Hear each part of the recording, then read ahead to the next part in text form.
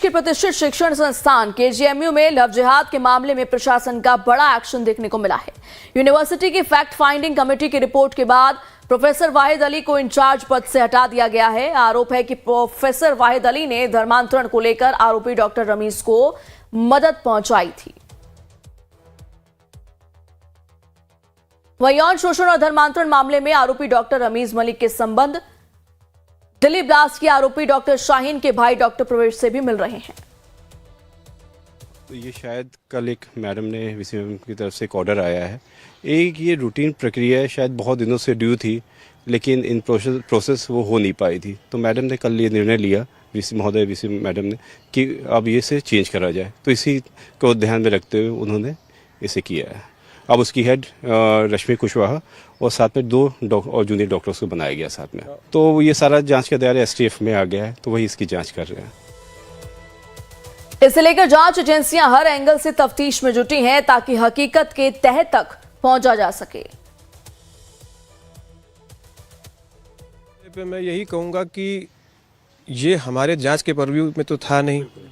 दूसरा ये है कि जो सूचनाएं आ रही हैं वो अखबारों और न्यूज़ समाचार पत्रों, सोशल मीडिया और जो प्रतिष्ठित चैनल हैं उनके माध्यम से हम लोगों को भी पता लग रही है। क्योंकि एसटीएफ की जांच अभी पूरी नहीं हुई है, तो इस विषय में आधिकारिक जानकारी कोई हम लोगों को नहीं है। हम लोग भी उतना ही जान रहे हैं जितना कि इन समाचार पत्रों में या न्यूज़ मीडिया, सोशल मीडिया से हमको जानकारी मिल रही है। जहाँ तक कि एसटीएफ की जांच का प्रश्न है, तो वो जो भी हमारे विश्वविद्यालय में आते हैं, जो भी वो सहयोग मांगते हैं, सहायता मांगते हैं, उनको हम लोग अपना पूर्ण सहयोग, पूर्ण सहायता कर रहे हैं कि ये मामला शीघ्र अतिशीघ्र इससे संबंधित सारी जो भी तथ्य हैं वो सम्यक रूप से बाहर आ जाए। बता दें कि केजीएमयू के पैथोलॉजी विभाग में junior resident doctor Rameez Uddin Nayak पर एक महिला सहकर्मी ने यौन शोषण, ब्लैकमेल और जबरन धर्मांतरण के आरोप लगाए थे। पीड़िता के मुताबिक डॉक्टर रमीज ने शादी का झांसा देकर उसका शारीरिक शोषण किया और निजी फोटो वीडियो के जरिए धर्मांतरण का दबाव डाला। पीड़िता की शिकायत पर विशाखा कमेटी की जांच में डॉक्टर रमीज को दोषी पाया गया है, जिसके बाद उसे सस्पेंड कर दिया गया।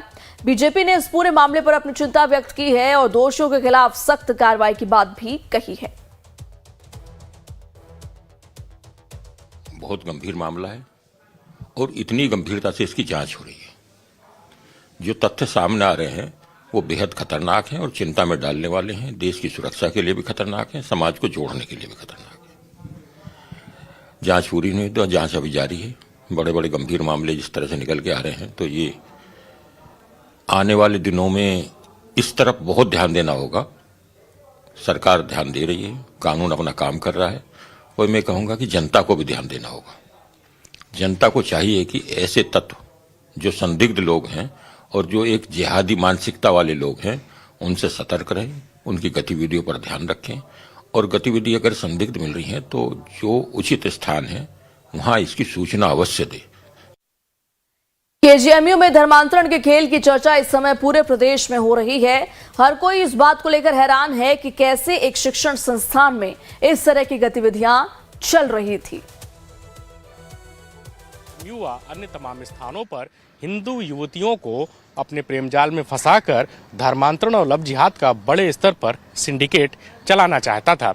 वहीं दूसरी तरफ केजीएमयू प्रशासन की तरफ से फैक्ट फाइंडिंग कमेटी की रिपोर्ट के आधार पर केजीएमयू के पैथोलॉजी डिपार्टमेंट के एचओडी डॉक्टर वाहिद अली पर जिस प्रकार से गंभीर आरोप लगे थे कि वह लैब में हिंदू डॉक्टरों को धर्मांतरण के लिए प्रेरित करते हैं, उन पर दबाव बनाते थे, उस जांच कमेटी की रिपोर्ट के आधार पर केजीएमयू प्रशासन की तरफ से वाहिद अली को हटाकर वहां 3 नई महिला डॉक्टरों को पैथोलॉजी डिपार्टमेंट में अलग अलग जिम्मेदारी दी गई है।